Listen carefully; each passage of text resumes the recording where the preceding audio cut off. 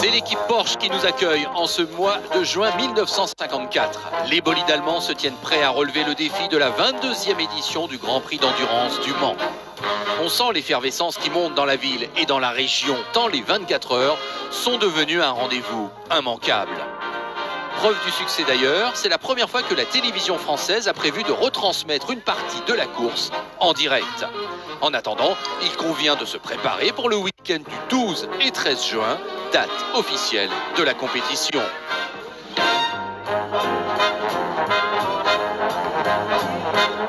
Gros plan maintenant sur la voiture numéro 62, la Triumph TR2 engagée par Edgar Wadsworth, un concurrent privé figurant parmi la soixantaine de participants attendus pour cette édition. Nous voici maintenant chez Ferrari avec les 375 Plus qui espèrent renouer avec la victoire. Ferrari n'a gagné qu'une seule fois au Mans, c'était en 1949 pour la toute première participation de la marque. 5 ans après, on affiche ses prétentions. Mais face à Ferrari, voici l'armada Jaguar avec les Type D qui succèdent à la XK 120C victorieuse en 1953 avec l'équipage Rolt-Hamilton. Les Anglaises affichent une mine absolument superbe et on ne tarit pas d'éloges sur ce nouveau modèle. Spécialement préparé pour Le Mans, qui est l'objectif principal de Jaguar en cette année, les Type D sont équipés d'un moteur 6 cylindres en ligne de 3,4 litres, développant plus de 250 chevaux et 270 km/h en vitesse de pointe. Preuve de cette compétitivité, Jaguar avait pu bénéficier d'une séance d'essai sur le grand circuit de la Sarthe un mois plus tôt et Tony Rolt y avait amélioré le meilleur temps de l'année précédente, établi par Alberto Ascari, de plus de 5 secondes. La concurrence était donc prévenue. Les 4 Jaguars au départ, dont les 3 nouvelles Type D, étaient les voitures à battre.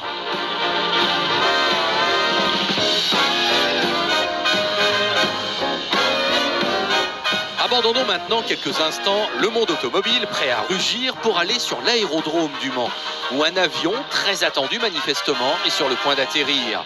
Il ne s'agit évidemment pas de n'importe quel visiteur. Le DC-3 est aux couleurs du royaume des Pays-Bas. Et effectivement, voici qu'en descend le prince Bernard de Lippe, prince consort de la reine Juliana des Pays-Bas et grand amateur déclaré du sport automobile. C'est lui qui donnera le départ de la course et il est bien sûr un honorary starter, comme on dit, très prestigieux. Le grand jour est en tout cas arrivé. Dans quelques heures, ce sera le départ de la grande épreuve d'endurance mondialement connue. Le temps est encore clément, mais attention, les prévisions météo font état de menaces de pluie assez soutenues pour le week-end. Des embouteillages se sont formés à l'extérieur du circuit de 13 km 491, preuve de l'immense engouement pour les 24 heures. Toujours en vue aérienne, impressionnante, image des différents parkings utilisés par les spectateurs. Là encore, plus une place de libre, le succès est phénoménal.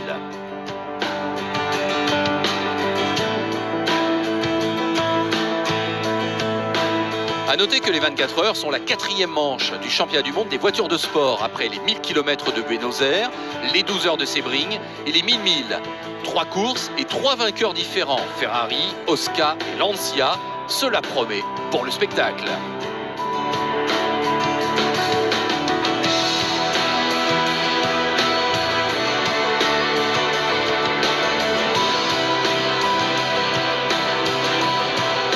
Nous voici à quelques minutes du départ, prévu comme il se doit à 16 heures locales.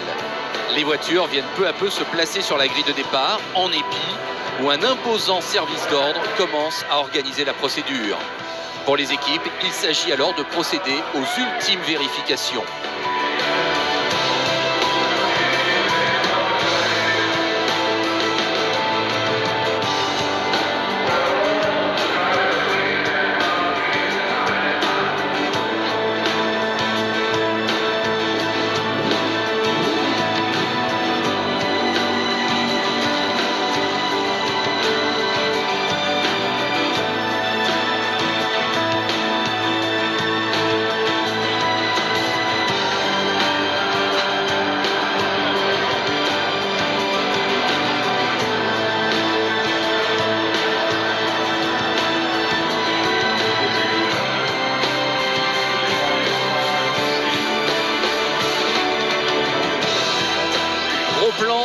Maurice Trintignant et son célèbre bonnet. Le Français fait équipe avec José Froilán González sur la Ferrari 375 Plus numéro 4.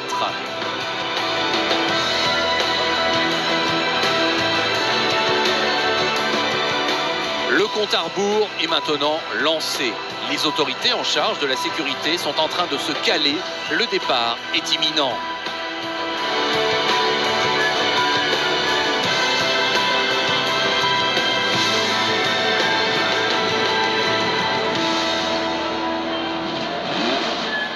Le prince de Lippe est là. C'est donc lui qui va abaisser le drapeau tricolore, synonyme du départ. Mais auparavant, il a droit à un tour du circuit.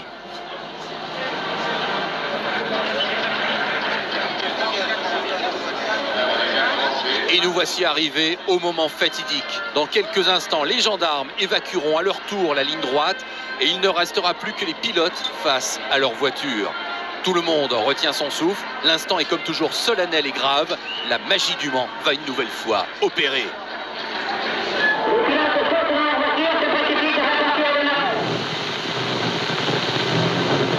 Et c'est parti. Très vite, on se doute que les deux Cunningham C4R placés aux deux premières positions ne vont pas résister longtemps aux meilleurs Jaguar et Ferrari.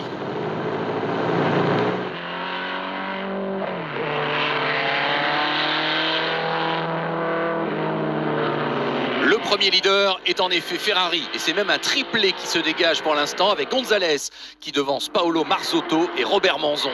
Pour les Jaguars, c'est déjà semble-t-il une course-poursuite qui a commencé.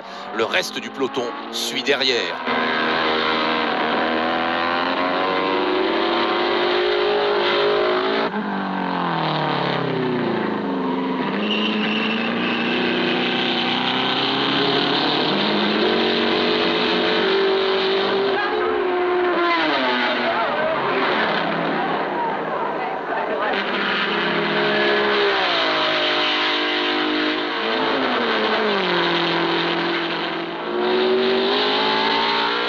Chez Jaguar, les pilotes ayant pris le départ s'appellent Stirling Moss, Tony Rolt et Ken Wharton. Assez vite cependant, on va s'apercevoir que les belles anglaises sont frappées par un problème mécanique, sans doute dû à la présence de sable fin dans le carburant fourni. Moss a été capable de menacer un temps les Ferrari, mais une fois passé le volant à son coéquipier Peter Walker, les problèmes reprennent et Walker sera même obligé de s'arrêter sur le circuit durant 50 minutes.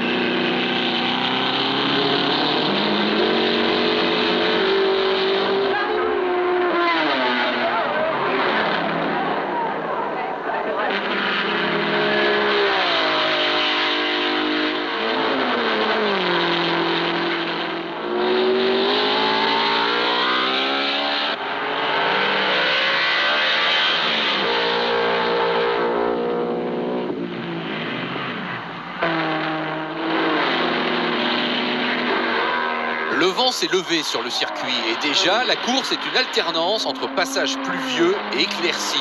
Un véritable défi pour tous les pilotes.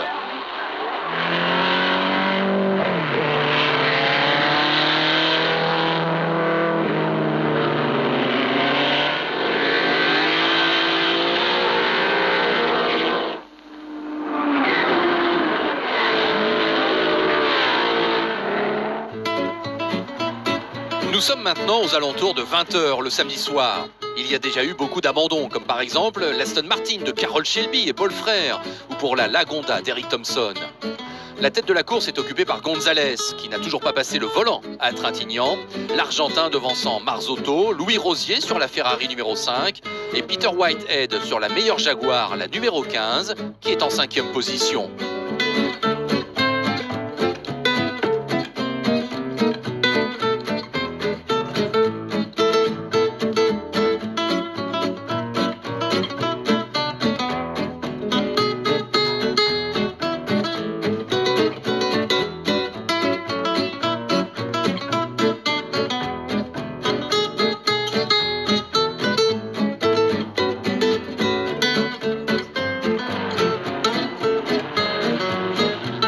la tombée de la nuit, les positions sont globalement inchangées, mais on note d'autres abandons.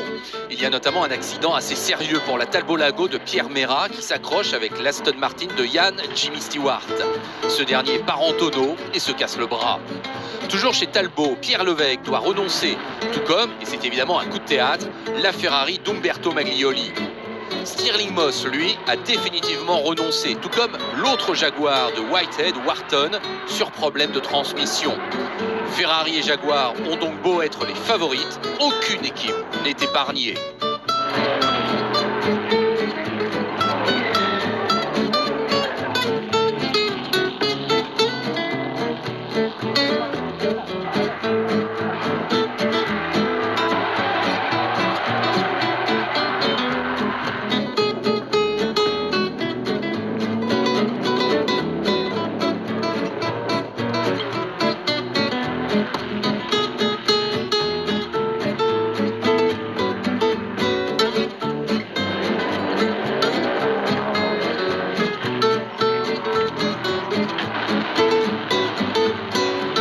Et voici qu'enfin le jour se lève sur Le Mans. La dernière nouvelle d'importance concerne la Ferrari de Robert Manzon et Louis Rosier qui était 3e et qui doit renoncer à cause d'une boîte bloquée. Ce qui fait qu'il ne reste plus qu'une seule voiture aux avant-postes pour les deux marques. La numéro 4 pour Ferrari et González Trintignant et la numéro 14 pour Jaguar avec la paire Rolt-Hamilton.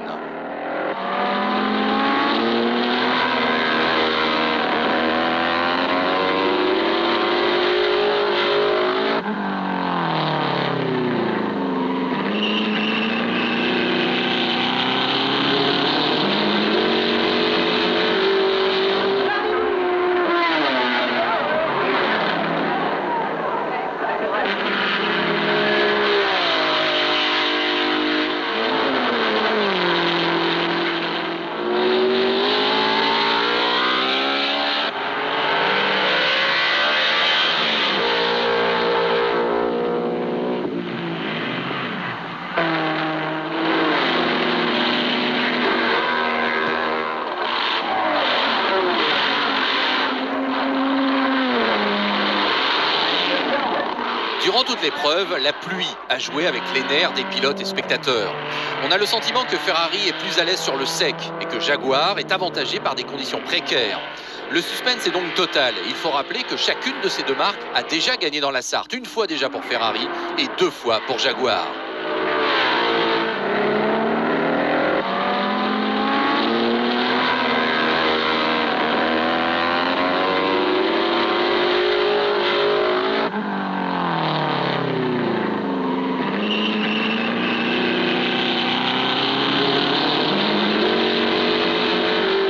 Gros plan sur la Lagonda du duo Thompson et Pour, une voiture qui avait déjà abandonné la veille sur accident après seulement 25 tours bouclés. La dure loi, bien sûr, d'une épreuve qui ne pardonne rien aux mécaniques et aux petites erreurs de pilotage.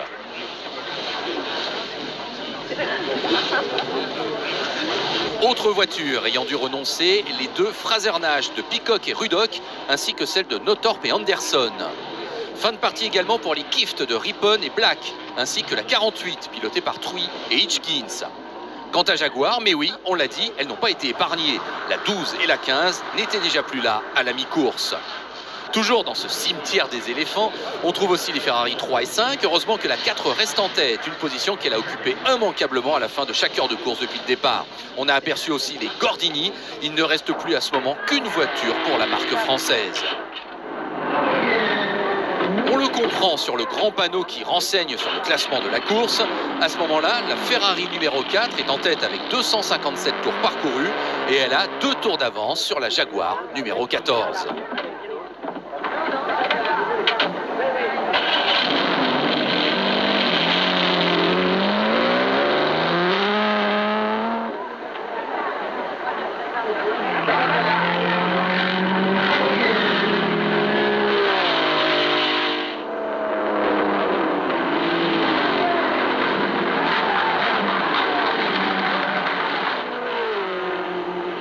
Les arrêts au stand rythment bien évidemment la course. Voici celui de la Talbot Lago numéro 11 de Blanc et Nersessian. Elle va pouvoir repartir, mais elle ne sera hélas pas classée à l'arrivée.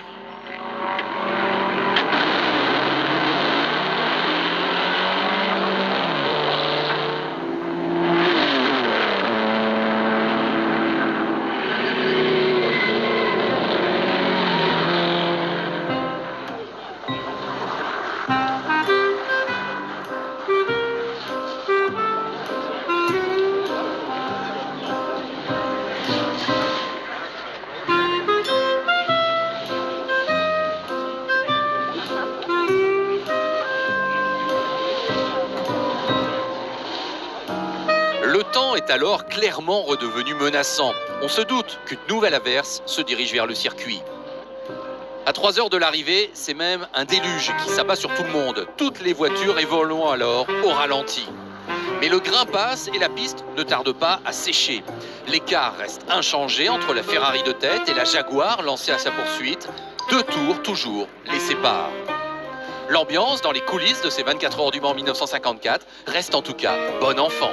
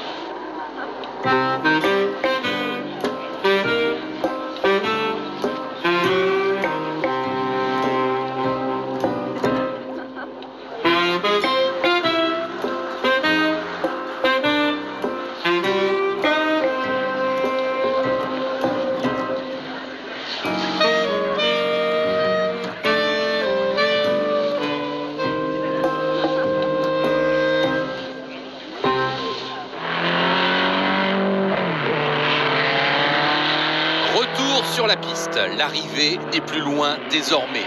Alors, Ferrari ou Jaguar, faites vos jeux, rien ne va plus.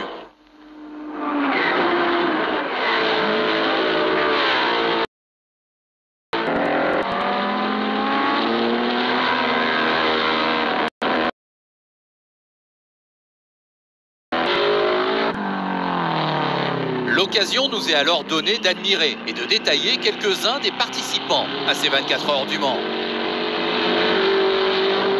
Voici par exemple la Porsche 550 RS Spider des Belges Claes et Stas.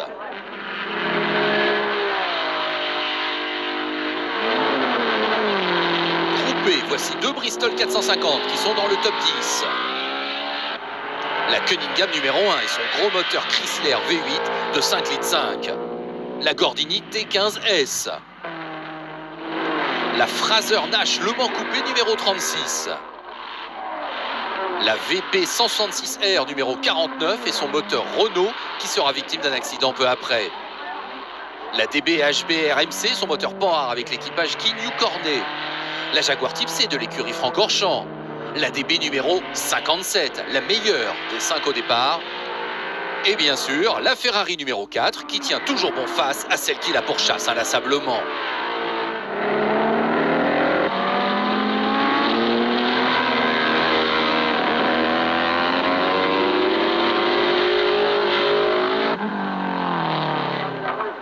Arrêt au stand pour la voiture de tête à 1h30 de l'arrivée. Un arrêt de routine pour Maurice Trintignant, sauf que le V12 Ferrari va refuser de redémarrer. Les mécaniciens vont s'affairer bien sûr autour de la voiture. Il s'agit apparemment d'un souci d'humidité au niveau de l'allumage. José Froilán González reprend le volant, mais le mal est fait. 7 minutes ont été perdues dans cette histoire et la Jaguar de Tony Rolt, derrière, est revenue dans le même tour. Les derniers chronos font même état d'un écart réduit à 3 minutes 15 seulement. Le suspense est de nouveau entier aux 24 heures.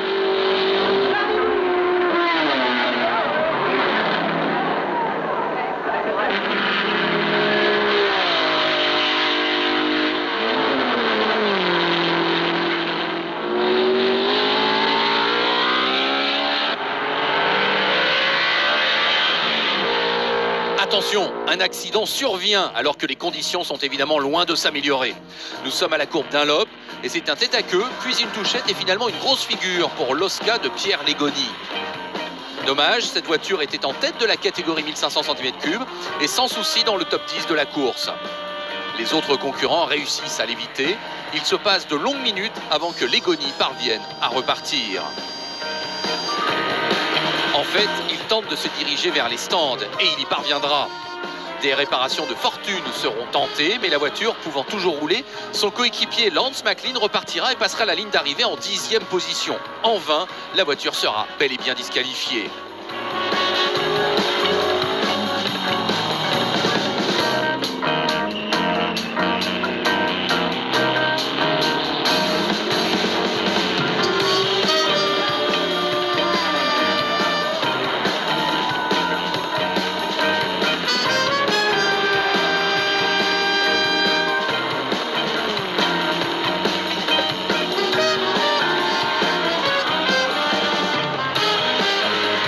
sommes maintenant à une demi-heure seulement de l'arrivée. La pluie s'est arrêtée, la piste est encore humide, mais commence à s'assécher. Dans les minutes précédentes, Duncan Hamilton a réalisé au volant de la Jaguar numéro 14 un éblouissant relais et l'écart avec la Ferrari est même redescendu aux alentours de la minute. Il faut dire aussi que Gonzalez est au bout du rouleau. Il semble bien qu'il n'ait pas dormi ni mangé de tout le week-end. Ses temps autour sont parfois aux alentours des 5 minutes 30, ce qui est vraiment lent. Mais heureusement pour lui, avec ses nouvelles conditions d'adhérence et peut-être l'adrénaline de voir l'arrivée se rapprocher, le taureau de la Pampa, comme on l'appelle, reprend du poil de la bête et l'écart remonte en sa faveur.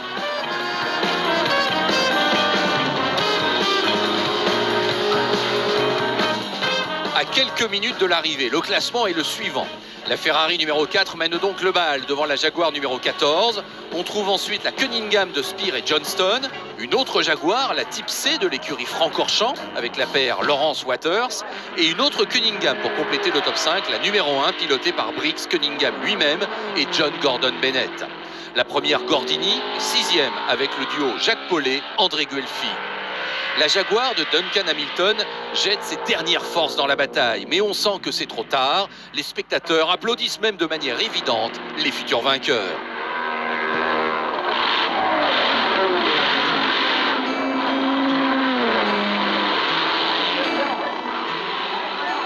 Il est pratiquement 16 h. Dans quelques instants, l'arrivée sera jugée.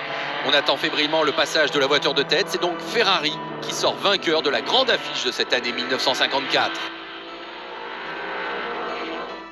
Le drapeau à damier s'abaisse sur les premières voitures passant après 24 heures de course. Certaines équipes se sont regroupées pour célébrer cette fin d'épreuve.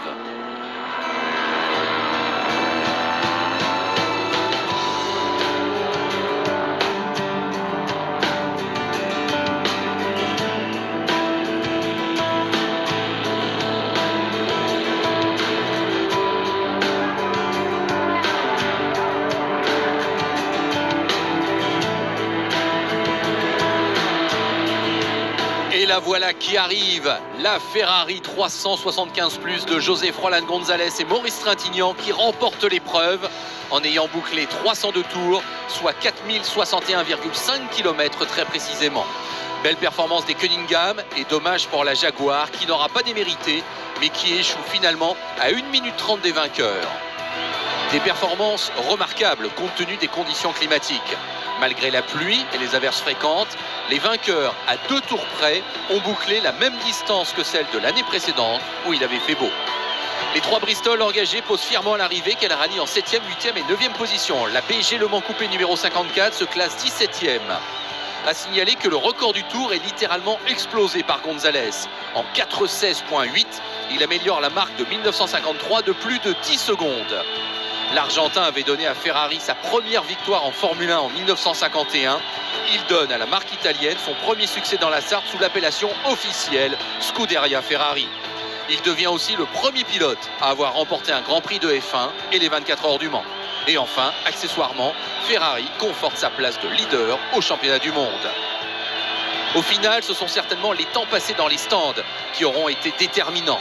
Malgré son alerte du dimanche en début d'après-midi, la Ferrari n'aura passé que 29 minutes arrêtées contre 37 à sa concurrente Jaguar. Tout le monde est malgré tout allé au bout de l'effort. Ils sont 17 à être classés sur les 57 au départ. À l'indice de performance, la victoire revient à la DB de René Bonnet et Élie Bailleul.